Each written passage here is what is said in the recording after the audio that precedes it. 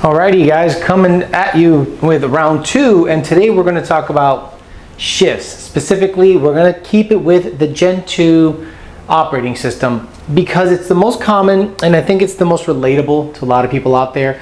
With the Gen 2 Mustang 6R80 vehicle, that's the one that really requires tuners to really do anything with the shifts, obviously because it's automatic.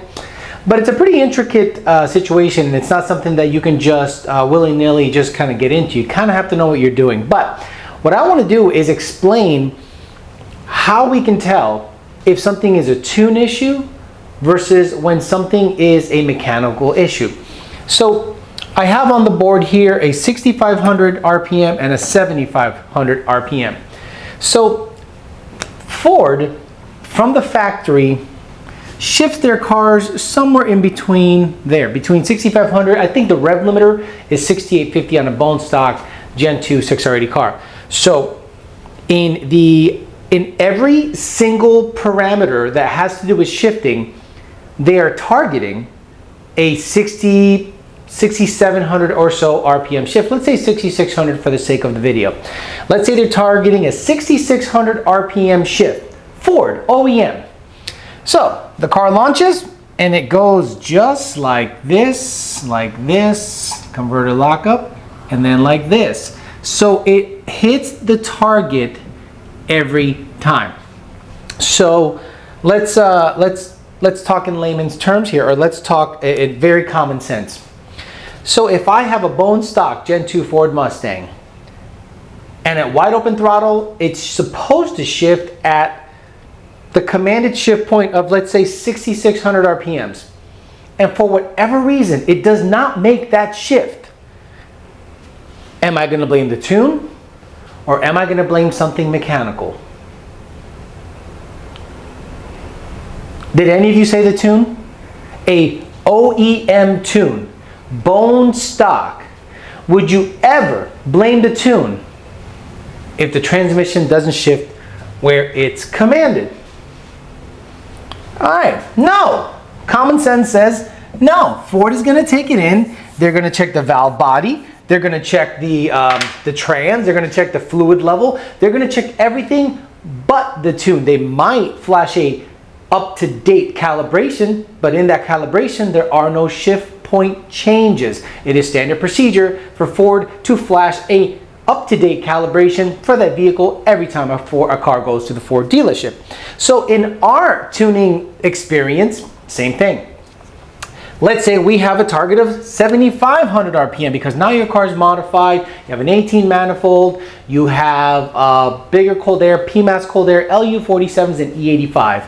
And I'm like, all right, let's shift it at 7,500 RPM. So the same parameters Ford is using to target their 6,600 RPM shift, I'm going to use to target a 7,500 RPM shift. So if I use the exact same stuff Ford is using in my tune to hit a 7,500 RPM shift, the car should simply hit at 7,500 RPMs every single time. Every single time. Now, a lot of you are probably going, well, you know, what would cause something to shift higher or lower than the commanded shift point? Well, let's talk about anticipation. A lot of these cars have to be led into the shift because there is such thing as a rate of acceleration that has to be met. The reason I put football here is no different than a football quarterback. If a quarterback is here and a receiver is running in this direction, he has to throw the ball ahead of the receiver so that by the time the receiver catches up to that, they both meet, meaning the quarterback has to lead the receiver with the football. Well, with transmission tuning on the Ford OEM side of things, and I'm sticking with 6R80, you also have to lead it. So what you do is, even if Ford was to shift it at 6,600 RPMs, their command is slightly under that. So if I want to shift it at 7,500 RPM, the command is slightly under that. If you look at the command on a tune, you're going to start seeing it, let's say if it was grafted. Let's say I want to go to 7,500 RPM, right? That's my shift point, 7,500 RPM. Well, my command is going to end up right around here or so, depending on power level. Let's say 800 horse. Let's say NA, 400 horse, 500 horse. It's going to be, let's say 72, 7,300, but in the tune, I'm targeting a 7,500 RPM shift and the other parameters all equal to be 7,500. So that therein lies another issue. Let's say you get your transmission rebuilt. Let's say you have a 1,000 horsepower turbo car. Okay? You got a 1,000 horsepower turbo car. Built transmission from your favorite trans builder. And I want to shift it at 7,500 RPM. But the car does this. Woo! Just hits a limiter. Ba ba ba ba ba. Shifts. Woo! Ba ba ba ba ba. And then converter lockup. Then it makes a shift. Would you say, Alex, it's the tune, fix it? Would you? When you just got that transmission out of the car before it went to the rebuilder, it was hitting at 7,500 RPMs every time, no issue. Now all of a sudden, the exact same trans with the exact same tune is flying past the shifts. Why is that? A tuner would go tolerances, tolerances. But the customer would go, I don't care, shift it earlier. Okay, so you're telling me in order for me to make your trans, which is flying past the 7,500 RPM commanded shifts that are commanded because I am leading the transmission into the shift at about 7,200, you're telling me that I have to lead it at 6,500 RPM so that it makes the same power, same everything. It just got rebuilt by your favorite builder. And now you're telling me I have to blindly guess where to shift the trans, the command, so that in hopes it hits at 7,500 RPM. I'll give you another example, which more standalone guys, Holly, Motec, and all those guys, they would understand because they probably watched this video and they're not really familiar with the command aspect on the Ford OEM side of things, but at the end of the day, it's all the same crap. So let's say you have a Turbo 400. Let's say you have a Turbo 400. Right here, TH400 with a air shifter. Okay, if you're a tuner, you also have to lead it. So if you want to shift it at 7,500 RPMs, whatever, let's say a 1,500 horsepower situation, and you have an RPM activated shifter, and you run it up, you want it to shift at 7,500, so at 7,300, you command the shift and it hits it, and then at 7,300 again, it hits it because the shifter moves forward, stuff happens in the valve body, fluids move, and bada bing, bada boom, this thing is just happy and making the shifts exactly where it needs to be. No different than if your hand was nudging the shifter forward at 7,300 and it hit right where you want it at 7,500. That would be something that you would accept, an acceptable lead, meaning I'm leading it 200 RPM, and by the time I ask it to shift and it makes a shift, it's 200 RPM.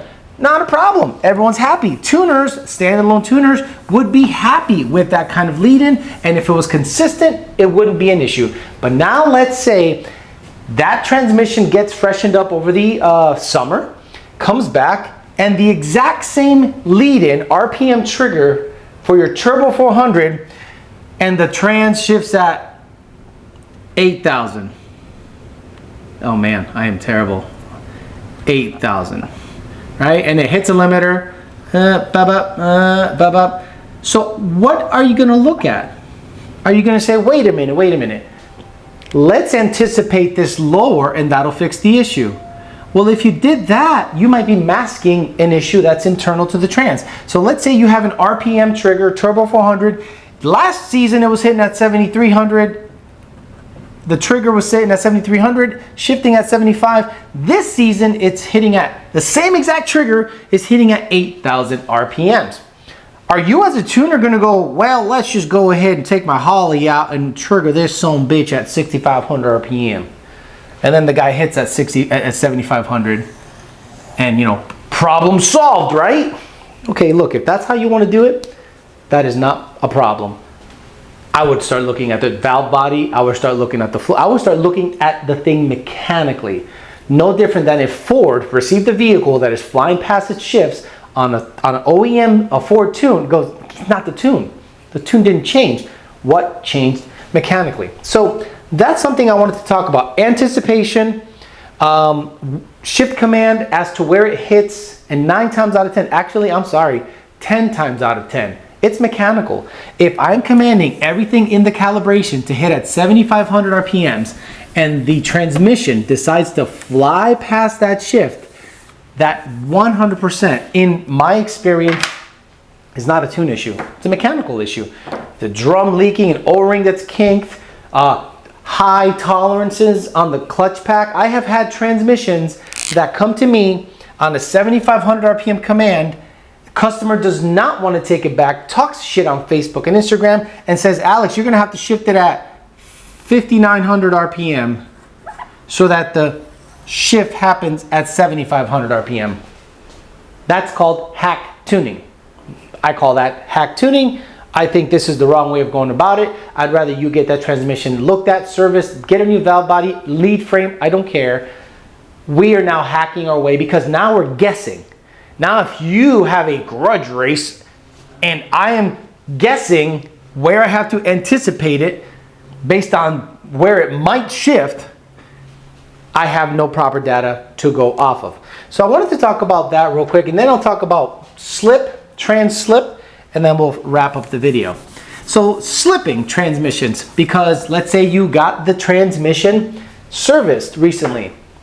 Now the shifts on 6R80 Gen 2 Mustangs, they look pretty crisp. And the way you see on the data log how crisp they are is how sharp this and this are. So this right here, this part right here, where the shifts drop off and then where it actually comes back on, the off-going and oncoming, or oncoming and off, it's off-coming and ongoing. This sounds like, it's a fast engagement into the next gear. Then you got converter lockup, and boom, and you hear a sharp, the sharper this line is, the crisper the shift sounds. That's not a word, but whatever. But the more crisp the shift sounds. So the sharper this line and this line is, the more crisp, and bang, this sucker's slamming into the shifts. And you're like, hell yeah, this is nice. I like it. This is good. But let's say you have that transmission got rebuilt, and all of a sudden, same tune, it's doing this. And it looks like an N and a V. N and a V, meaning this is it is a slip, and that's how in the data log I can go, yeah, bro, your trans is slipping. And I go, what do you mean? I'm like, right there, because this is how mile an hour looks on a trans that is slipping. It goes up, and it flatlines a little bit, it slightly flatlines, then it picks up again, and then it slightly flatlines, then it picks up again. So when a trans is slipping, in the middle of the slip, you will see the rate that should have been this get clipped to that. Okay, this is the rate that it should have been, but it gets clipped because of the slipping of the transmission. Now, what does the mile per hour line look like of a trans that has really nice clutches and everything is super happy? Bang, bang, bang, converter lockup, bang, badass shit, boof. I look at that and I go, damn, that's a bad motherfucker. That thing is shifting good. And the mile per hour line looks like this. It goes up because the tires dig in and accelerate when it happens. And then it does it again. Then the converter locks up. So you can pretty much graph what mile an hour is doing and what the trans is doing based on the sharpness, drop, and subsequent pickup of the RPM line in a data log to kind of gauge as to where your trans is health-wise. Mile per hour line tends to go up between the shifts on something that has a really nice crisp shift, whereas it tends to level out a little bit when it's something that is slipping. So there you guys go. This is the second video, just kind of showing you what I look at a data log and what I visualize, and hopefully it makes sense to you guys. Thanks for listening, guys. Talk to you later.